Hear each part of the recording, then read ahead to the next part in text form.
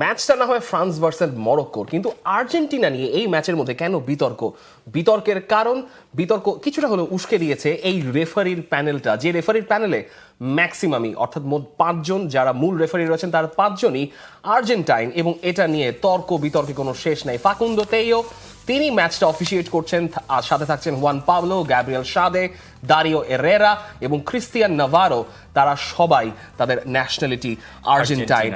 বিতর্কের জায়গাটা সেই জায়গাতেই যে আগের ম্যাচে আর্জেন্টিনার ম্যাচে একজন ফ্রেঞ্চ রেফারি ছিলেন ফ্রাঁসোয়া লেটেক্সিয়ে, এবং তারপর এইরকম একটা কম্পিটিশনে যেখানে কোয়ার্টার ফাইনালের মতো ম্যাচ হচ্ছে এবং যে দেশটা আপনার কম্পিটিশনে এখনো টিকে আছে সেই দেশের ন্যাশনালিটি রেফারি নেওয়ার কারণে এটি নিয়ে বিস্তর তর্ক, এবং অনেকে এভাবেও মেলানোর চেষ্টা করছেন হয়তো কোট আনকোট ফ্রাঁসোয়া লেটেক্সিয়ে সম্ভবত আর্জেন্টিনাকে কিছু সুবিধা দিয়েছিলেন, সেই সুবিধা ফিরিয়ে দেওয়ার জন্য ফ্রান্স মরক্কো ম্যাচে আর্জেন্টাইন রেফারিকে দেওয়া হয়েছে, উইচ ইজ কোট আনকোট সবার বিভিন্ন রকমের কথাবার্তা।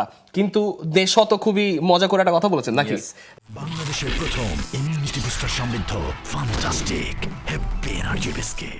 দেশকে অনেকভাবে ঘুরিয়ে ফিরিয়ে সাংবাদিকরা প্রশ্ন করেছিলেন যে ওই লেতেকজিয়ারের রেফারিং আসলে কতটুকু ইফেক্টিভ ছিল, তিনি কি আর্জেন্টিনাকে ফেভার করেছেন? সেই উত্তরে তিনি বেশ খোলাসা করেই বেশ বোল্ড স্টেটমেন্টস দিয়েছেন। আশা করি আমাদের রেফারি লেতেকজিয়ারের মতোই ভালো হবেন। আর্জেন্টিনার সঙ্গে কিছুটা তিক্ততা আছে ওই বিশ্বকাপ ফাইনালের পর থেকে, কিন্তু সব কিছুই ফুটবলের অংশ।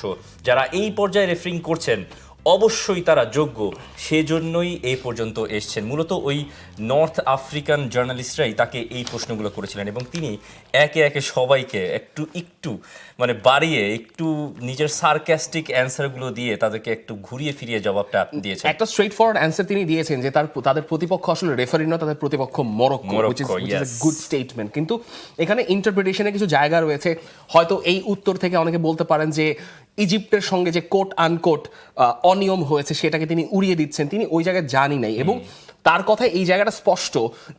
তিনি তার ফ্রেঞ্চম্যান ফ্রাঁসোয়া লেটেক্সিয়ারকে তিনি মোটামুটি প্রশংসা করেছেন, এটা বোঝা যাচ্ছে। এবং যে কজন রেফারিকে নিয়োগ দেওয়া হয়েছে এই ম্যাচের জন্য, এর মধ্যে ফাকুন্দো তেইও যিনি আছেন, তার বিরুদ্ধে একই ম্যাচে 10টা রেড কার্ড দেওয়ার একটা অভিযোগ না, মানে সেখানে ম্যাচের সিচুয়েশন তার একদম নিয়ন্ত্রণের বাইরে চলে গিয়েছিল 2021 সালের ওই ম্যাচটাতে আর্জেন্টাইন লিগে, এরকম একটা ঘটনা ঘটেছে।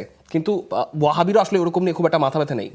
ওয়াহাবিকেও অনেক ধরনের প্রশ্ন করা হয়েছে রেফারিং নিয়ে, তিনি সন্তুষ্ট কিনা ওয়ার্ল্ড কাপের রেফারিং নিয়ে যা হচ্ছে, যেসব তর্ক বিতর্ক, সেই বিষয়ে এই মরক্কোর কোচের ভাবনা কি, কথা কি। তিনি বলছেন কানাডা ম্যাচে রেফারিংটা ভালো ছিল, কিন্তু কিছু দ্রুত হলুদ কার্ড দেখতে হয়েছে মরক্কোকে।